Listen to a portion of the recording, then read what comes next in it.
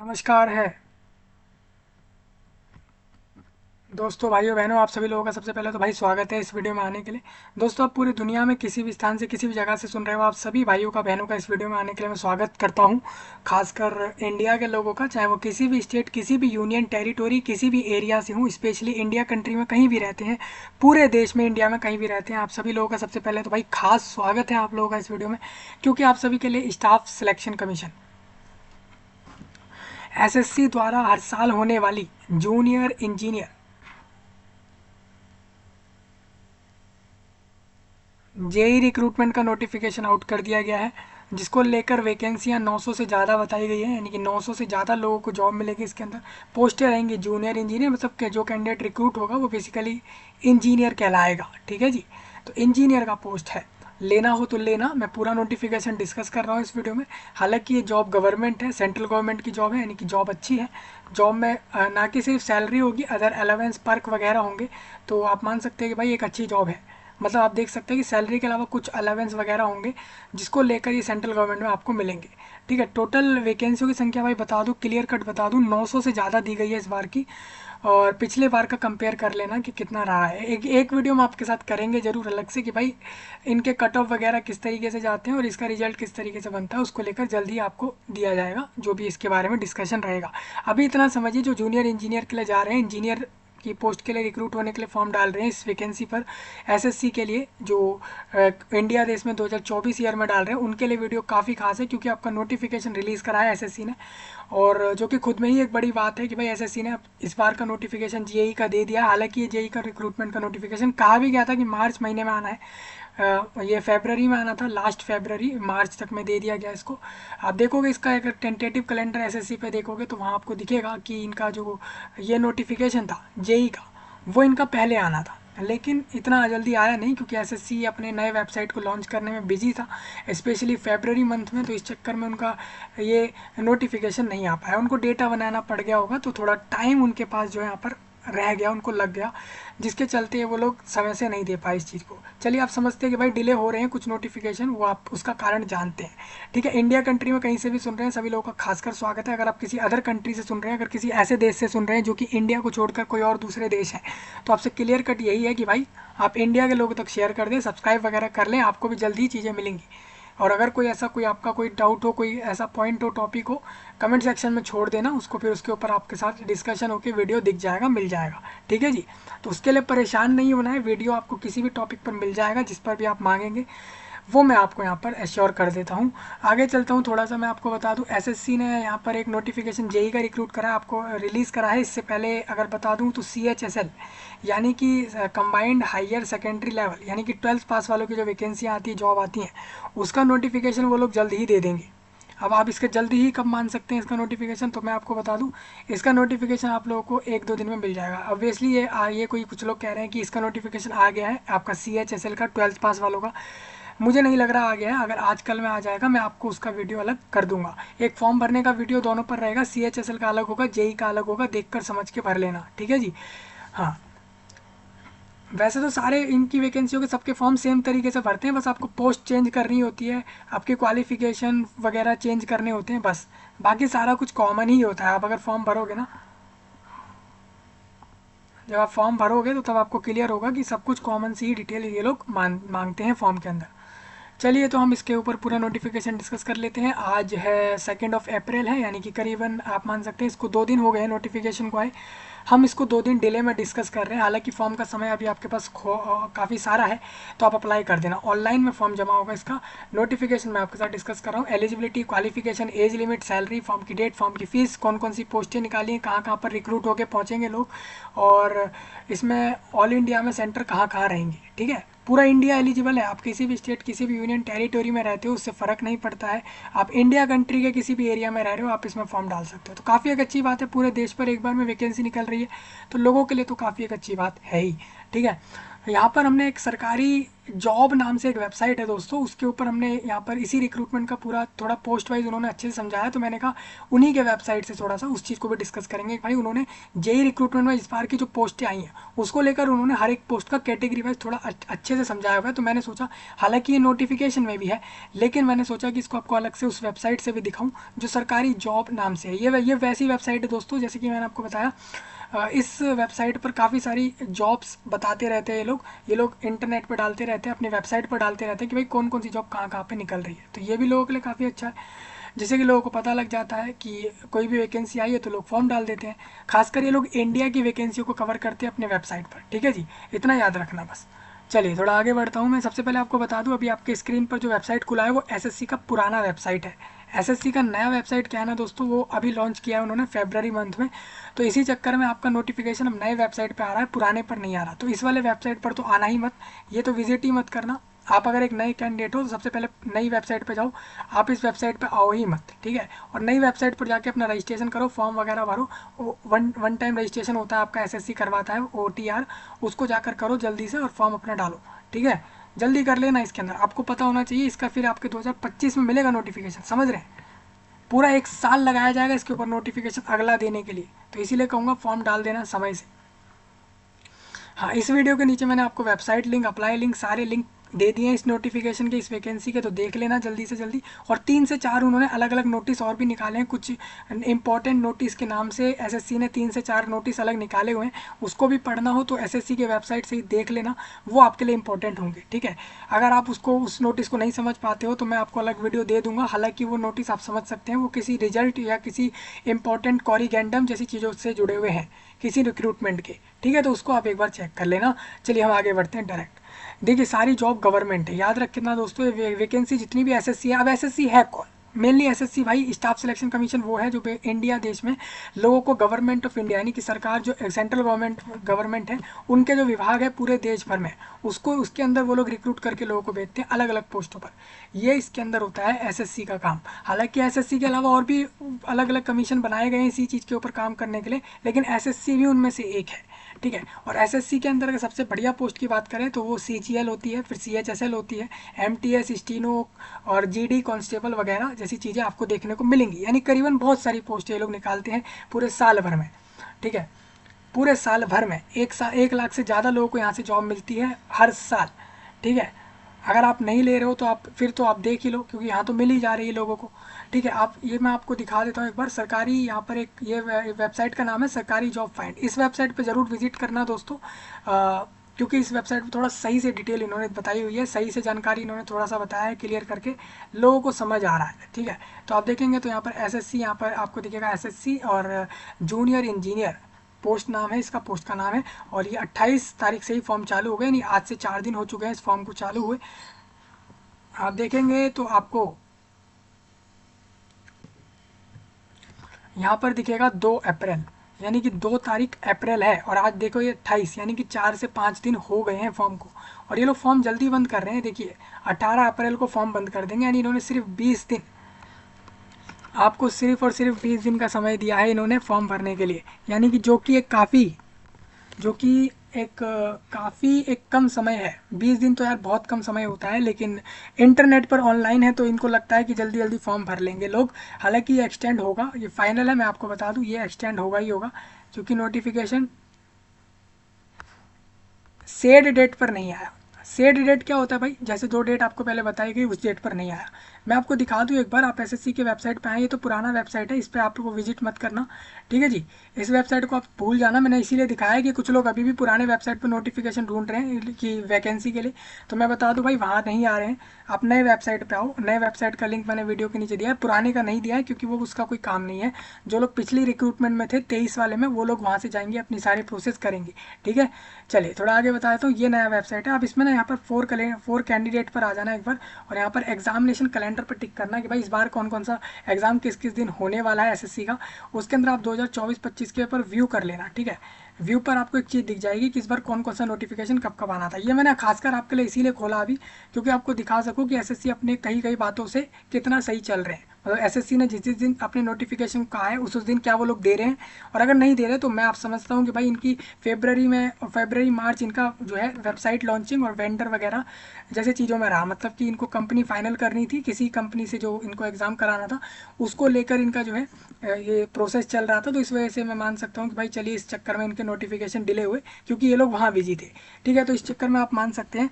तो मैं आपको बता दूं यहाँ पर आपका जो अभी तक नोटिफिकेशन आया है उसी फेज़ 12 का आ चुका है, आपको पहले ही क्लियर किया था। एसआई का रिक्रूटमेंट का फॉर्म आ चुका था, फॉर्म बंद भी हो गया, आपको याद हो तो। फॉर्म एक्सटेंड होने के बाद बंद हुआ है, ये फॉर्म आगे बढ़ा था, मैंने इसको बताया था। जूनियर इंजीनियर ये तीसरा रिक्रूटमेंट का नोटिफिकेशन है, और इसका फॉर्म आपको बता दूं भाई, इसका फॉर्म आप यहाँ से देख लो। देखो क्या लिखा है, 29 फरवरी को आना था ये नोटिफिकेशन, और आया कब है, 19 मार्च को। समझ रहे हैं, पूरा 1 मंथ डिले गया है इसके अंदर फॉर्म देने में। तो आप मान सकते हैं CHSL का फॉर्म इन्होंने कहा है 2 अप्रैल, यानी आज इनको देना है, यानी ये लोग अभी 2-4 घंटे में या फिर एक दिन के अंदर यहाँ पर फॉर्म डल जाएगा, आप मान सकते हैं CHSL का। ठीक है, हाँ काफ़ी जगह अदर रिसोर्स पे आपको पता लगेगा कि वैकेंसी आ भी चुकी है, तो आप ऐसा भी देखोगे, कई जगह पे देखोगे कि वैकेंसी आ गई है। ठीक है, मैं आपको बता दूं CHSL का फॉर्म आ जाएगा 1-2 दिन में, उसके लिए आप फॉर्म डाल देना। ये 12th पास की वैकेंसी होती है, इसके अंदर भी हज़ारों वैकेंसी आती है, हज़ारों, बिल्कुल सही सुन रहे हो, हज़ारों वैकेंसी बोल रहा हूँ मैं, हज़ारों की संख्या में। लेकिन ये पूरे इंडिया से हज़ारों को मिलती है, पूरे देश से हज़ारों लोगों को ही मिलती है सिर्फ। ठीक है, देखिए इसमें आपके कंप्यूटर एग्जाम होते हैं, मैं बता दूं SSC सारे एग्जाम कंप्यूटर पर ही कराता है, 99% एग्जाम उसके कंप्यूटर पर ही चलते हैं। ठीक है, मतलब कंपनी जिन कंपनियों से फाइनलाइज करते हैं अपने एग्जाम प्रोसेस को, वो सारे कंप्यूटर बेस्ड चलते हैं। ठीक है, तो आप वो यहाँ से समझ सकते हैं। तो आप देख लो 29 मार्च को इनका फॉर्म आया है, हालांकि ये फॉर्म 1 महीने पीछे आना था। तो आप मान सकते हैं कि आपका ये फॉर्म जो अब नई डेट आपको मिली है ना, उसके हिसाब से ये लोग 18 अप्रैल तक फॉर्म बता रहे हैं। तो इसका मतलब मैं आपको बता दूं, ये आपका फॉर्म बढ़ेगा आगे 1 हफ्ते का, ये 25 मार्च, वो 25 अप्रैल या फिर 25 अप्रैल जाएगा, या फिर 27 अप्रैल के करीब जाएगा, मतलब करीबन ये लोग 7-10 दिन बढ़ाएंगे, क्योंकि इन्होंने फॉर्म लेट दिया है। ठीक है, लेकिन इस बात को लेकर ना रहें कि भाई फॉर्म तो लेट आया है तो फॉर्म आगे बढ़ेगा ही, तो ये सोचकर फॉर्म ही आप थोड़ा फॉर्म देर से डाल रहे हैं, ऐसा ना करना, जल्दी डालना। ठीक है, अभी इसके बाद क्या है ना दोस्तों, MTS की बात कर लो, तो MTS का फॉर्म इनको देना है 7 मई को। ठीक है, आप देख सकते हो इनका जो 2 अप्रैल को CHSL, यानी ये लोग CHSL तो दे ही देंगे 2-4 दिन में। MTS की मैं मान सकता हूँ कि ये 7 मई लिखा है, तो ये यहाँ पर आपको 10 मई तक दे देंगे। ठीक है, और बाकी आपका CGL और इस तरीके से चलेगा, देख लेना। CGL वैकेंसी ज़्यादा लोग फॉर्म डालते हैं, पोस्टें अच्छी हैं, सैलरी भी नहीं बल्कि अलावेंस भी है, एक अच्छी पोस्ट भी है वो, इस वजह से वो लोग लेना चाहते हैं इंडिया देश में, इंडिया कंट्री में। थोड़ा आगे बढ़ता हूँ, मैं आपको दिखा दूँ, ये वेबसाइट है, आप इस वेबसाइट पे आ जाना भाई। यहाँ पर रिगार्डिंग OTR से जुड़ा हुआ और एप्लीकेशन मॉड्यूल से जुड़ा हुआ इन्होंने आज ही एक नोटिस निकाला है, इसको आप यहाँ से व्यू कर लेना एक बार। क्या नोटिस आप यहाँ से देख सकते हो, इनका एक नोटिस आया है इसके लिए, देखिए ये लोग बता रहे हैं सभी लोगों को कि भाई अब नए वेबसाइट पे आओ अपने फॉर्म भरने के लिए, किसी वैकेंसी के लिए, पुरानी वेबसाइट से मत। देखिए, it's was also inform that the existing website shall continue to be accessible. आप पुरानी वेबसाइट से भी एसेस कर सकते हो, लेकिन इन्होंने वही कहा है कि reference in invited to the important notice. आपको बता दें कि भाई जो पुरानी वेबसाइट थी वो कंटिन्यू रहेगी, आप वहाँ पर, मतलब पुरानी वेबसाइट अभी इंटरनेट से हटी नहीं है, वो लोग हटाएंगे भी नहीं। मैं बता दूँ, वो पुरानी वेबसाइट SSC का जो था NIC वाला, nic.in वाला, ये वेबसाइट आपका इंटरनेट से हटा दिया जाएगा। मैं बता देता हूँ ये कब हटा देंगे, ये 2025 ईयर में हटाएंगे, ये वाला पूरे साल वो इंटरनेट पर रहेगा, क्योंकि उन लोगों के पास 2023 ईयर वाले या उससे पीछे वाले कैंडिडेट्स के डेटा वहाँ पर हैं, इसको लेकर, इसलिए वो वेबसाइट को हटा नहीं सकते इंटरनेट से। इसीलिए मैं कह रहा हूँ कि इनका वेबसाइट जो है वो इंटरनेट से हट जाएगा अगले साल में, इसलिए आप तब तक तो एक्सेस कर ही सकते हैं उस वेबसाइट से। ठीक है जी, उस वेबसाइट पे अपना लॉगिन करके अपनी डिटेल्स, रिजल्ट, जो भी कुछ करा था आपने उस वेबसाइट से, वो आप वहाँ से चेक कर लेना। चलिए आगे बढ़ता हूँ। ये कह रहे हैं सभी कैंडिडेट को बता दें कि भाई CGL जो है आपका, CHSL जो है 2024 का, वो पब्लिश हो जाएगा सून, मतलब ये लोग जल्द ही दे देंगे भाई नया नोटिफिकेशन CHSL का। इन्होंने ये चीज़ कल ही बता दी है। अभी ये लोग कोई कह रहे हैं उनके कॉन्स्पिरेसी बन रही है लोगों के बीच में थोड़े से ऐसे बन रहे हैं कि भाई कैसे कब तक नोटिफिकेशन आएगा। तो मैं बता दूं भाई, यहाँ पर SSC ने आपके लिए नोटिस भी दे दिया भाई, इंतजार कर लो। इन्होंने कह दिया एब्जेक्टेड टू न्यू वेबसाइट, आपको नई वेबसाइट पर ही मिलेगा, और जिसको भी अप्लाई करना है नई वेबसाइट पर आओ, रजिस्ट्रेशन करो और फिर फॉर्म भरो। और रजिस्ट्रेशन कैसे करेंगे, तो रजिस्ट्रेशन का प्रोसेस आप लोगों को पहले ही मैंने दे दिया था, OTR करके 1 टाइम रजिस्ट्रेशन प्रोसेस, उसको समझो, पूरा समझो। उसके बाद रजिस्ट्रेशन जैसे ही हो जाए ना, उसके बाद अपना फिर लॉगिन करके अपना फॉर्म भरो। दोनों ही वीडियो मैंने आपको दे रखी है, रजिस्ट्रेशन भी दे रखा है, फॉर्म भरने का मैंने 2-3 वैकेंसी पर दिया था, उसको चेक करें। आप देखिए इतना बताने का ज़रूरत नहीं होता, आपको चैनल पर खुद विजिट करके चेक करना होता है, किसी के भी चैनल से चेक करो, अपना बस फॉर्म भर लो तरीके से, बस ये सब करते रहो, यही आपका सब रहेगा। मुझे उम्मीद है भाई सारे पॉइंट क्लियर हो रहे होंगे सभी लोगों को। तो यही सब चीज़ें हैं। यहाँ पर लिखा है CHSL नोटिफिकेशन 1 से 2 दिन में आपको मिलेगा। यहाँ पर दिन तो नहीं लिखे, लेकिन ये सून बोल रहे हैं, तो सून मैं मान सकता हूँ। सून मतलब क्या हो जाता है, 2 से 4 दिन में लगा लेंगे कि फॉर्म दे दिया। ठीक है, ये वीडियो थोड़ा सा लंबा जाएगा क्योंकि आपका जेई रिक्रूटमेंट का नोटिफिकेशन जो है थोड़ा लेंथी है। हालांकि उसमें फॉर्म प्रोसेस वगैरह डाला हुआ है, तो इस वजह से वो लंबी फाइल है। ठीक है, तो स्किप कर लेना या 2 को स्पीड कर लेना, ये सब तो आप कर ही लोगे, तो इस तरीके से समझते जाना। ठीक है, चलिए। हाँ, यहाँ पर अब नई वेबसाइट पे आपको बता दूँ, आपकी पुरानी फ़ोटो अपलोड नहीं होती, आप एक लाइव फ़ोटो अपनी कैप्चर करते हैं, मतलब आप अपनी क्लिक करते हैं लाइव फ़ोटो, और वही वहाँ पे डलती है। ठीक है, ये इसलिए होता है कि भाई पता रहे कि जो कैंडिडेट जो वैकेंसी ले रहा है वही फॉर्म डालेगा। इसमें देखिए इसमें गलतियाँ क्या है ना, मैं बताऊँ, लाइव कैप्चर में थोड़ा प्रॉब्लम ये है। प्रॉब्लम ये है, मान के चलो कि कोई कैंडिडेट है, उसको फॉर्म भरना है, उसके पास वो डिवाइस वगैरह नहीं है। ठीक है, और उसको भरना है, तो वो किसी से भरवा रहा है, तो ऐसे में वो लाइव कैप्चर कैसे करेगा अपनी फ़ोटो, क्योंकि वो तो वहाँ है नहीं। तो ऐसे में फिर ये लोग कहेंगे कि भाई अपने साइबर कैफ़े पर चले जाओ, वहाँ से फॉर्म डाल दो, तो फिर वो प्रॉब्लम वहाँ से सॉल्व हो जाएगी। तो मेरे हिसाब से 2-4 कुछ लोग ऐसा भी कहेंगे कि लाइव कैप्चर एक अच्छी चीज़ नहीं है, कि भाई लाइव कैप्चर फ़ोटो करवा रहे हो, लाइव फ़ोटो ले रहे हो फॉर्म के अंदर, तो भाई आप फ़ोटो लाइव दोगे भी नहीं, पुरानी भी दोगे, जब आप वैकेंसी पे जॉब करने जाओगे तो तब भी आपको अपने शक्ल यानी कि अपना फेस तो दिखाना ही है, जॉब तो करनी ही है, तो लाइव फ़ोटो देने में क्या ही है। तो आप फ़ोटो यहाँ पर दें लाइव। और हालांकि ये तो जॉब आपको करनी है, तो फ़ोटो में मेरे को नहीं लगता कोई इशू होना चाहिए आप लोगों को, वो आप देख लेना। यहाँ पर ऑनलाइन लाइव फ़ोटो कैप्चर होता है एसएससी के वेबसाइट पर अब से, जो कि आप अपने लैपटॉप से, मोबाइल से, किसी से ही फॉर्म भरोगे, आपका फ़ोटो क्लिक होके अपलोड हो जाएगा तभी के तभी। याद रखना दोस्तों, आप फ़ोटो के अंदर अपने फाइंड अ प्लेस ऐसी जगह ढूंढ लें जहाँ पर अच्छी लाइट हो, नहीं तो आप ऐसा करें कि किसी ऐसी जगह पर आ जाए जहाँ पर पीछे का जो बैकग्राउंड है वो लाइट कलर का हो या प्लेन कलर का हो। प्लेन मतलब या तो पूरा वाइट हो, पूरा ब्लैक हो, या पूरा रेड हो, इस तरीके का। ठीक है, एंश्योर करें कि कैमरा जो है आपके आई लेवल पर हो, मतलब कि कैमरा जो है आपके आई लेवल पर, मतलब आपका कैमरा और आपके आई के बीच में कॉन्टैक्ट कनेक्शन होना चाहिए। और position yourself directly in front of the webcam, आप बिल्कुल कैमरे के सामने देखें, सीधा देखें, इस तरीके से फ़ोटो कर देना अपलोड। कोई वही वहीं मास्क वगैरह मत पहनना, कोई चश्मा वगैरह मत लगाना जब आप फ़ोटो डाल रहे हैं। ठीक है, चलिए। डिप्टी सेक्रेटरी हैं भाई यहाँ पर एसएससी में, उन्होंने ये नोटिस दिया था, आप याद देख लीजिए कि CHSL रिक्रूटमेंट जल्द ही आपको मिलेगा। चलिए, आपको कैलेंडर समझ आ गया, ये मैंने दे दिया है, वीडियो के नीचे होगा, ये देख लेना। अब देखिए मैं आपको जेई रिक्रूटमेंट का नोटिफिकेशन बता देता हूँ। यहाँ पर इंजीनियर रिक्रूट होंगे सिविल में भी, मतलब अगर कोई सिविल इंजीनियर रिक्रूटमेंट होना चाहे ले सकता है। मैकेनिकल, इलेक्ट्रिकल वाले यहाँ चले जाना। मैं आपको बताता हूँ 28 मार्च से लेकर 18 अप्रैल तक ये लोग फॉर्म लेंगे आपसे। यानी आपको इन्होंने समय तो दे दिया 20 दिन का, एक अच्छा समय आपको दिया है। लास्ट डेट इन्होंने दे दी है यहाँ पर, देखिए लास्ट डेट इन्होंने बता दी मैंने आपको। ठीक है, पेमेंट का इन्होंने अलग समय दे दिया, करेक्शन विंडो अलग समय मिल गया है, सारे समय रीड कर लेना। आपका एग्जाम जून में होगा, 4 जून के करीब एग्जाम है। टेंटेटिव स्केड्यूल आपके कंप्यूटर बेस्ड एग्जामिनेशन पेपर 2 का, यहाँ पर 2 पेपर होंगे जेई में। पेपर 1 तो जून में हो जाएगा, पेपर 2 आप मान सकते हैं ये आपका जुलाई या अगस्त के बाद ही रहेगा। ठीक है, government strive to have a workforce with, ठीक है, वो लोग जेंडर बैलेंस की वो लोग चाहते हैं कि भाई कि वर्कफोर्स जो है जेंडर बैलेंस रहे, मतलब कि लड़के और लड़कियां, मेल फीमेल दोनों ही बराबर रिक्रूट होके पहुंचे, रिक्रूट होके जॉब लें। तो इसलिए उन्होंने सबके लिए वैकेंसियाँ दी हैं इस रिक्रूटमेंट में। ठीक है, ये पोस्ट कौन सी होती है दोस्तों, ये पोस्ट आई कहाँ पर है, तो ये पोस्ट ये पोस्ट आपके जूनियर इंजीनियर की अलग अलग पोस्ट अलग अलग ऑर्गेनाइजेशन ऑफिस में जाएगी इंडिया गवर्नमेंट के। ग्रुप बी का पोस्ट है, नॉन गैजेटेड है, नॉन मिनिस्ट्रियल है, मतलब ना तो कोई ये मिनिस्ट्री के अंदर पोस्ट है, ना ही ये गैजेटेड पोस्ट है। ठीक है, लेवल 6 का सैलरी दे रहे हैं, यानी ये लोग आपको 35,000 से लेके 1,12,000 के बीच सैलरी देंगे, यानी आप लोगों को पर मंथ 40,000 रुपये शुरू में ही मिलने लगेंगे। मतलब आप शुरुआती तौर पर ही जैसे ही रिक्रूट होंगे आपको 40,000 रुपये पर मंथ का सैलरी होगा, यानी आप समझ सकते हैं ये सैलरी जो है 40,000 यानी आपको शुरू में मिलेंगे।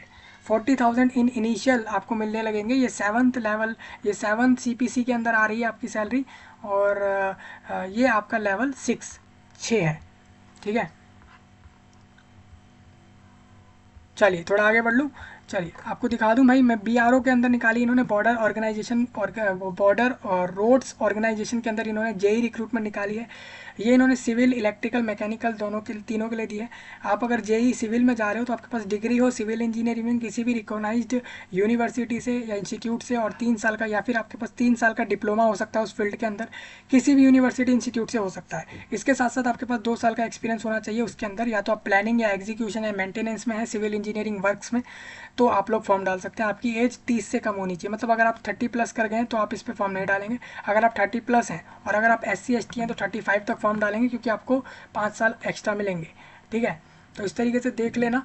और थोड़ा मैं आगे बढ़ जाऊँ इसी के अंदर। जेई आप देखेंगे भाई, जेई अगर आप लोग के लिए पोस्ट के लिए जाते हो, अगर आप इलेक्ट्रिकल और मैकेनिकल के लिए जाते हो तो उसके लिए भी आपकी उसके अंदर डिग्री चाहिए और 3 साल का एक्सपीरियंस, उसके अंदर आपका 2 साल का एक्सपीरियंस भी चाहिए होगा। ठीक है, 30 से कम एज चाहिए। तो ये बीआरओ वाले आपको रिक्रूट करेंगे। अच्छा एक विभाग है, एक अच्छा ऑर्गेनाइजेशन है इस पोस्ट के लिए, तो आप ले सकते हैं। आपको बता दूं ब्रह्मपुत्रा रोड जो है ना, वहाँ पर मिनिस्ट्री ऑफ जल शक्ति के अंदर रिक्रूट कर रहे हैं लोगों को। 3 year diploma in civil engineering, मतलब कि 3 साल का डिप्लोमा सिविल इंजीनियरिंग में होना चाहिए कैंडिडेट का, किसी भी इंस्टीट्यूट यूनिवर्सिटी से। यहाँ पर इंडिया की नहीं लिखा, मतलब समझ रहे हैं आप, कहीं पर भी गए इस चीज़ को करके आ गए, लेकिन वो यूनिवर्सिटी ऐसी है जिसका डिग्री माना जाता है, लोग एक्सेप्ट करते हैं, वो एक रिकोनाइज है, तो ही 30 से कम वाले फॉर्म डालना एज में।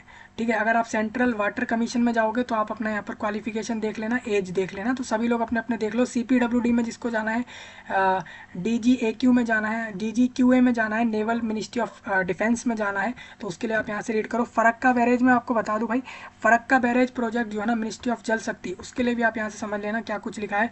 अगर आप मिलिट्री इंजीनियरिंग सर्विस यानी MES के अंदर जा रहे हो तो उसके अंदर भी आप देख सकते हो। मेनली लोग इसके अंदर भी जाना प्रेफर करते हैं कि वो लोग इधर जाएंगे, तो आप यहाँ से अपना देख सकते हैं क्वालिफिकेशन।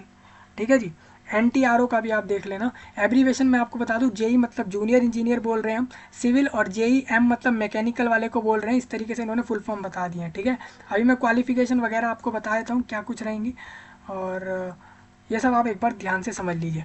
चलिए थोड़ा आगे बढ़ूंगा मैं इसी में।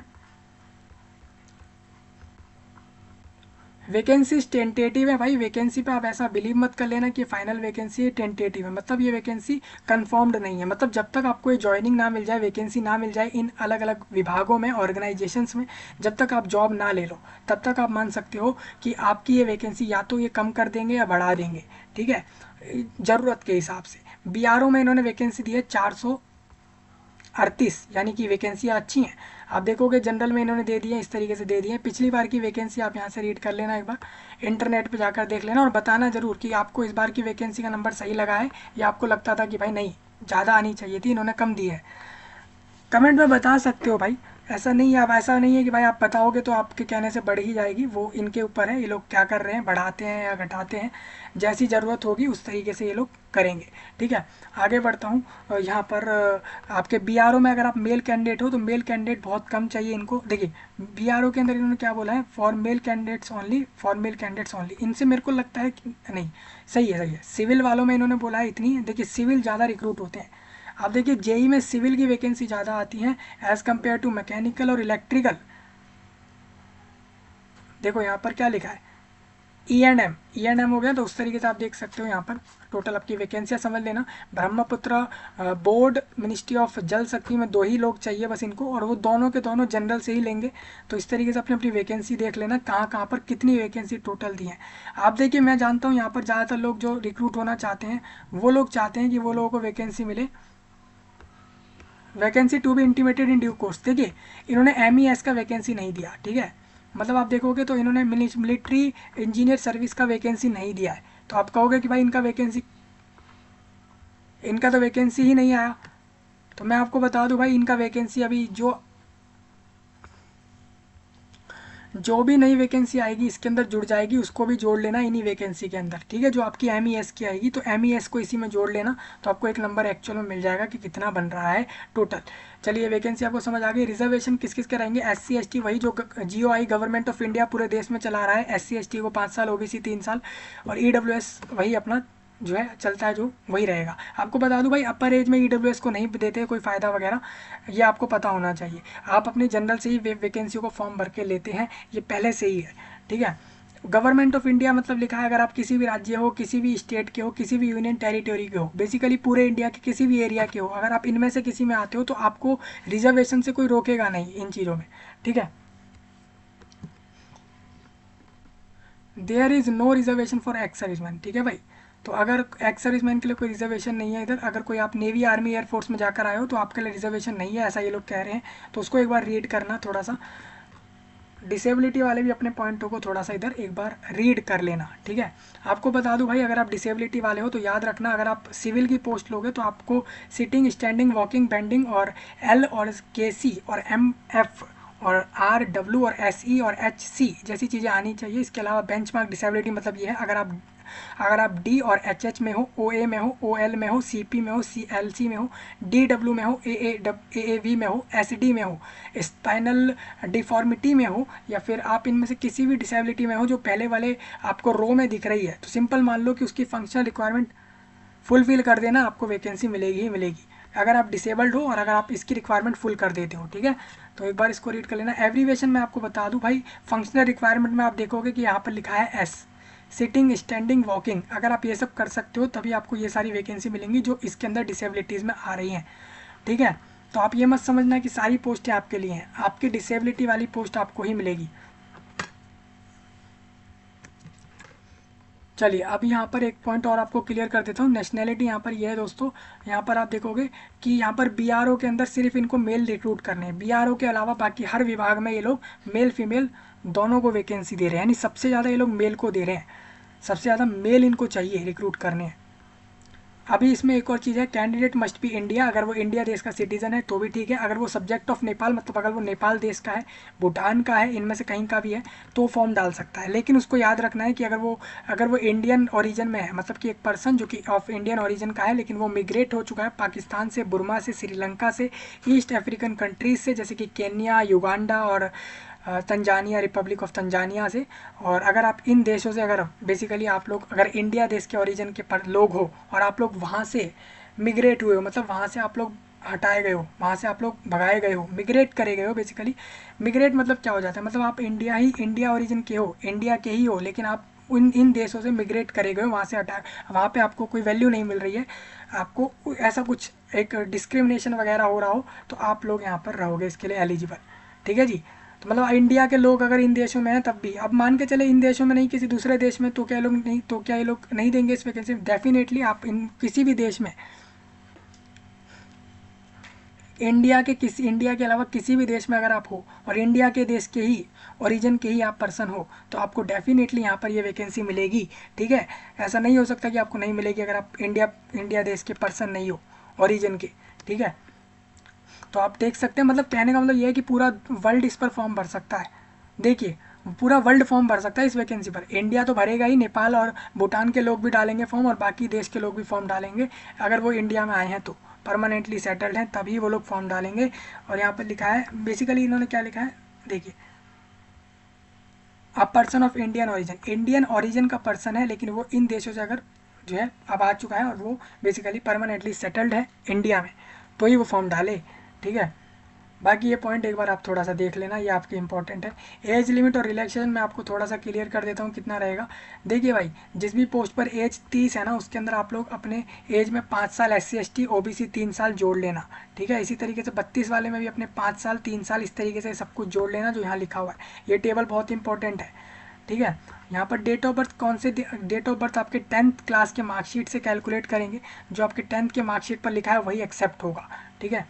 एक्स सर्विसमैन आप देख सकते हो यहाँ पर उनके लिए क्या कुछ लिखा है, बाकी पॉइंट आप इधर एक बार देख सकते हो। एक्सप्लेनेशन इन्होंने बताया कि भाई एक्स सर्विसमैन लोग होते कौन है, मतलब वो पर्सन होता है बेसिकली जो कि सर्व हुआ है किसी भी रैंक के पोस्ट पर, चाहे वो कॉम्पिटेंट या फिर नॉन कॉम्पिटेंट हो, और वो रेगुलर आर्मी में या नेवी या एयरफोर्स में जाकर इंडिया यूनियन के लिए वो काम कर रहा है, तो वो कैंडिडेट यहाँ पर एक्स सर्विसमैन को उसको मिलता है पॉइंट, मतलब उसको उसका फ़ायदा मिलता है, ठीक है। तो ये आप यहाँ से रीड कर लेना, सारे पॉइंट आपके लिए बहुत इंपॉर्टेंट है। ये फॉर्मेट ऑफ सर्टिफिकेट्स को आप रीड कर लेना, ये सारे इंपॉर्टेंट रहेंगे आपके। यहाँ पर भी कुछ इंपॉर्टेंट पॉइंट आपके लिए लिखे हैं। हाँ देखिए, आपका रिजर्वेशन कौन से डेट से मिलेगा आपको बता दूँ भाई, 1 अगस्त 2024 को आपका जो भी एज होगा, वही ये लोग मान लेंगे, रिजर्वेशन पे भी ये लोग उसी को मानेंगे, यानी आपको एक अच्छा समय मिला है। इन्होंने 1 अगस्त इसलिए रखा है क्योंकि आप जब रिक्रूट होगे तब तक ये अगस्त भी आ लेगा, अगस्त के भी आगे समय चला जाएगा, ठीक है। स्क्राइब लोग कौन होते हैं, बेसिकली मान के चलो आप डिसेबिलिटी में हो और आपको किसी अपने सेकंड पर्सन से एग्जाम करवाना हो, अगर आप डिसेबल्ड हो, आप नहीं लिख सकते तो आप करवा सकते हो, ठीक है। तो ये सारे पॉइंट लिख लें। ये सेम चीज़ें बार बार सेम दोबारा उठा उठा के डाली जाती है पिछले नोटिस से, कुछ चीज़ें बदल दी जाती हैं, बस वही सेम कॉमन रहता है। आपको बता दूं अप्लाई करने का प्रोसेस क्या रहेगा। आपको फ़ीस सिर्फ 100 रुपये की देनी है, 100 रुपीज़ की फ़ीस एसएससी आपसे चार्ज करता है अगर आप जनरल से हो। ये इन्होंने कंसेप्ट रखा है। बाकी इन्होंने रिजर्वेशन वालों से फ़ीस चार्ज नहीं होते इनमें, आपको पता होना चाहिए, फ़ीस ये लोग नहीं लेते हैं, ठीक है। SC ST वालों से फ़ीस नहीं ली जाती यहाँ पर, ठीक है। फ़ोटो कैसे अपलोड होगी, सिग्नेचर क्या साइज़ रखे हैं, कैसे अपलोड करें, देखिए 100 रुपये लिए जाएंगे। महिलाओं को बिल्कुल रुपए नहीं देने, खासकर वो लोग जो SC ST हैं उनको तो बिल्कुल नहीं देने। और अगर आप महिला हो और अगर आप जनरल हो तो भी आप फीस नहीं दोगे, ठीक है। फीस आप मेस्ट्रो से पे करो, मास्टर कार्ड, वीज़ा, रुपए, क्रेडिट कार्ड, इन सब से पेमेंट कर दो, आसानी से आपका पेमेंट हो जाएगा, ठीक है। फॉर्म जमा करके आप प्रिंट जरूर निकालना फॉर्म का कि भाई आपने डाउनलोड कर लिया है फॉर्म, जिससे कि बाद में आप दिखा सको, ठीक है।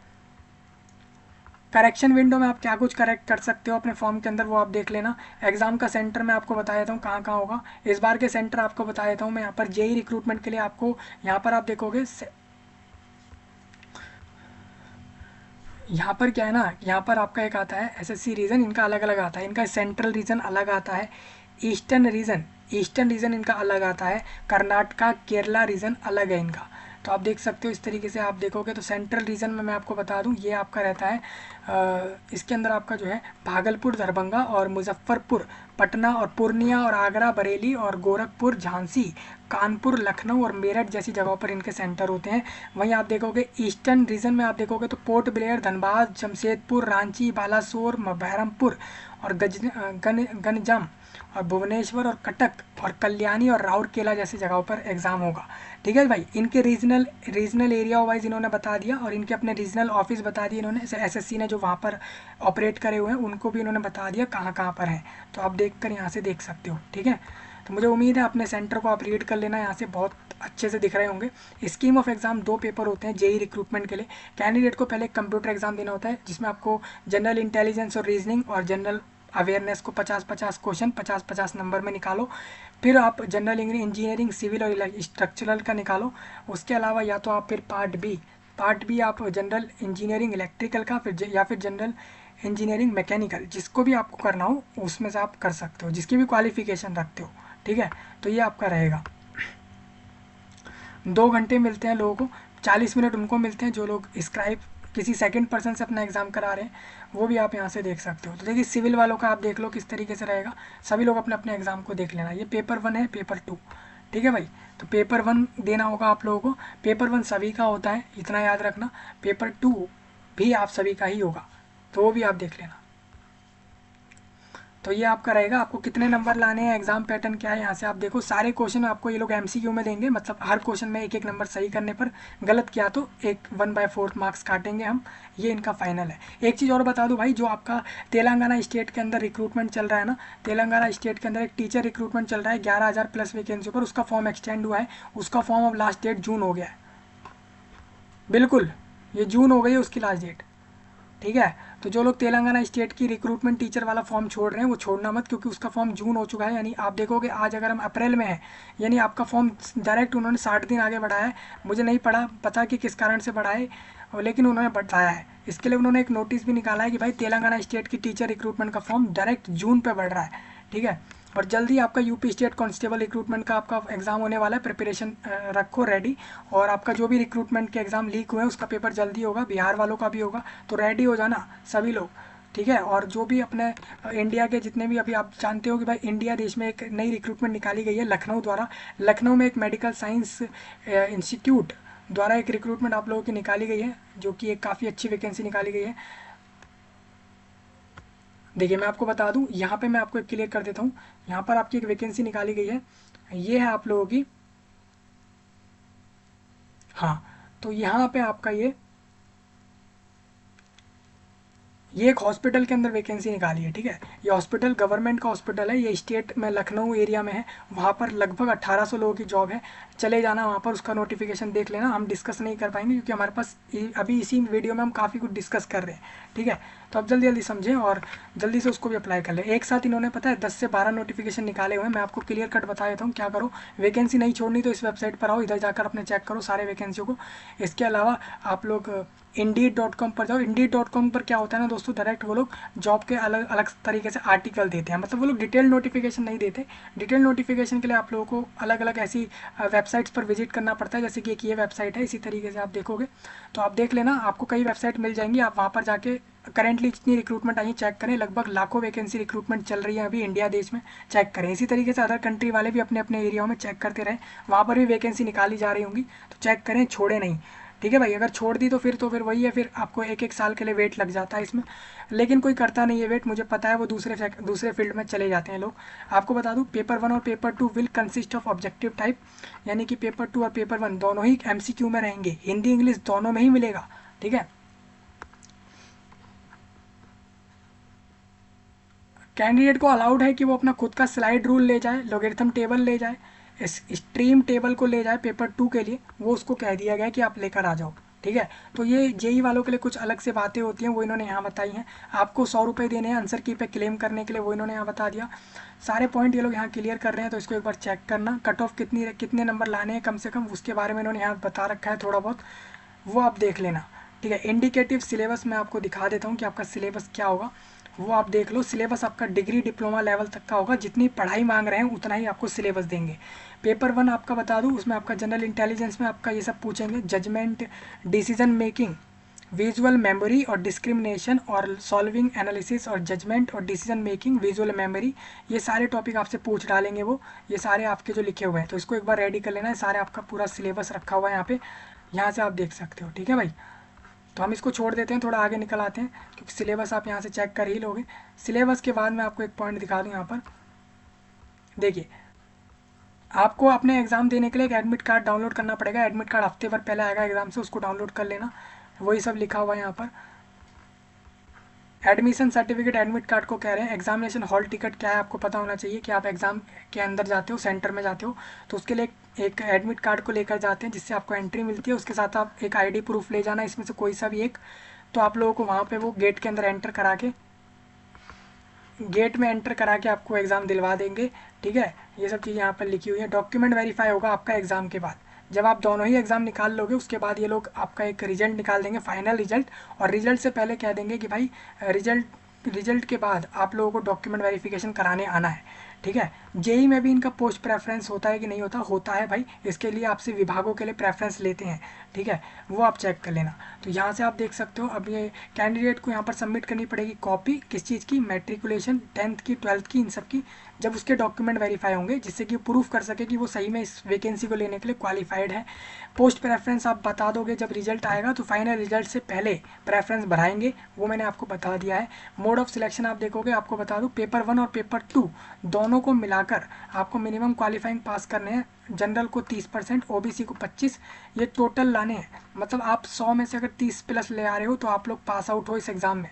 ये किस किस को लाने हैं, ये उनको लाने हैं जो लोग जनरल से हैं, उनको 30 लाने हैं, पूरे में से 30%, ठीक है। ये क्वालिफाइंग मार्क्स रखे हैं। इससे अब देखिए, इतने नंबर लाने पर भी आपका सिलेक्शन नहीं हुआ, तो इसका मतलब ये है कि कंपटीशन हाई हो गया, ठीक है। उसके बाद आप ये मत कहना कि हम तो सिलेक्ट ही नहीं हुए। चलिए थोड़ा आगे बढ़ता हूँ, तो ये सब देख लें। तो कट ऑफ भाई बढ़ जाती है, कट ऑफ जो तो ये मिनिमम इन्होंने बताया, इतने लाओगे तो आप मान सकते हो आपकी सेफ में हो, लेकिन इससे भी ज़्यादा जा सकती है। टाई केस कैसे सॉल्व होते हैं, एक से ज़्यादा कैंडिडेट के सेम नंबर आ गए, वो बता दिया। एक्शन आपके खिलाफ क्या क्या होगा आप अगर पूरे प्रोसेस को सही से नहीं चलने दे रहे तो एग्ज़ाम के, तो उसके लिए इन्होंने पूरे पॉइंट बताए हैं। ये आप यहाँ से रीड करोगे, मेरे को लगता है इसको डिस्कस करना ज़रूरी नहीं है। ये आपके सर्टिफिकेट हैं अगर आप अपना एग्ज़ाम किसी सेकंड पर्सन से करवा रहे हो, और ये अलग अलग सर्टिफिकेट हैं, SC ST हैं और डिसेबिलिटी सर्टिफिकेट है, जो भी कुछ है वो यहाँ से आप सर्टिफिकेट देख सकते हो। फॉर्म भरने का प्रोसेस इन्होंने यहाँ दे रखा है, स्क्रीनशॉट लगा दिए भाई। OTR रजिस्ट्रेशन कैसे करोगे, मैंने ये सब बताया था, फॉर्म भरने का प्रोसेस भी बताया था, उसको देखो एक बार, समझो कि कैसे फॉर्म भरोगे आप, ठीक है। ये आप फॉर्म भरने का प्रोसेस यहाँ से देखोगे, कैसे एक कैंडिडेट ने फॉर्म भरा है इस वैकेंसी के लिए, वो आप इधर से देखोगे तो आपको समझ आएगा। ठीक है। तो इस तरीके से आप पूरा फॉर्म भर लेना। तो फॉर्म भरने के बाद ये कैटेगरी वगैरह के सर्टिफिकेट आपको दिखेंगे। ये सर्टिफिकेट्स को भी आप अपने लिए यूज़ कर सकते हो, आपकी हेल्प रहेगी इसके अंदर रिजर्वेशन के लिए या फीस के लिए या फिर आगे आने वाले फ़ायदों के लिए। ठीक है। अभी बात आती है दोस्तों कि आप लोग जैसे पूछ रहे थे कि भाई हमारे यहाँ पर कोई सी भी डिग्री चल जाएगी क्या, तो मैं आपको बता दूं, जो भी लोग के पास डिप्लोमा है या फिर बैचलर इंजीनियरिंग की डिग्री है, बीटेक की है, AMIE की डिग्री है, ए पार्ट बी में, और BSc इंजीनियरिंग, ये सारे लोग फॉर्म भर सकते हैं। ठीक है। इसके अलावा वाले लोग फॉर्म नहीं भरेंगे क्योंकि इन्होंने ये चीज़ें यहाँ लिखी हैं।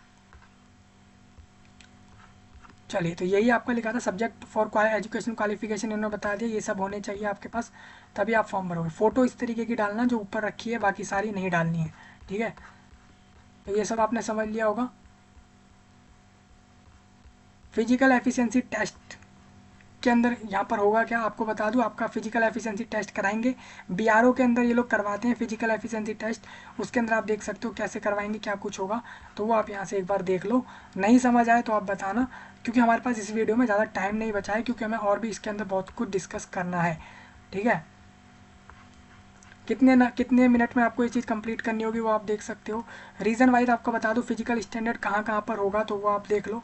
मतलब फिजिकल स्टैंडर्ड जो होना चाहिए आप लोगों का, अगर आप वेस्टर्न हिमालय से हो तो आप लोगों का हाइट इतना हो, चेस्ट इतना हो, ये सब होना चाहिए। ये सब आपको फिजिकली फिट बताने के कंडीशंस है। ठीक है। जनरल एग्जामिनेशन से जुड़े मेडिकल स्टैंडर्ड कैसा होना चाहिए आपको रिक्रूट करने के लिए, तो उसको लेकर इन्होंने पॉइंट यहाँ रख दिए हैं, तो उसको भी एक बार रीड करो ध्यान से। ठीक है। ग्राउंड फॉर परमानेंट रिजेक्शन, आपके फॉर्म को रिजेक्ट कर सकते हैं, आपको बाहर कर सकते हैं वैकेंसी से, उसके कारण इन्होंने यहाँ पर लिख दिए हैं क्या कुछ हो सकते हैं। ठीक है। तो उसको भी एक बार रीड कर लेना, पूरा का पूरा हमने डिस्कस कर दिया है। ये पूरा नोटिफिकेशन आपके साथ डिस्कस हो चुका है, आप यहाँ से आके अप्लाई कर लेना। ये आपका अप्लाई लिंक रहेगा, देखो भाई, यहाँ पर लॉगिन और रजिस्टर पे क्लिक करोगे, रजिस्टर नाउ पे क्लिक करोगे तो आप यहाँ से आओगे। यहाँ से आपको इधर से आके फॉर्म भर लेना है। ये रजिस्ट्रेशन का पेज आ चुका है आपके सामने, आप यहाँ से सारा कुछ फिल करके फॉर्म भर लेना, अप्लाई कर देना। आपके पास 18 अप्रैल का समय है, यानी आपको समय बहुत कम मिला है। समय इन्होंने बहुत कम दिया है भाई, 20 दिन ही मिले हैं आप लोगों को।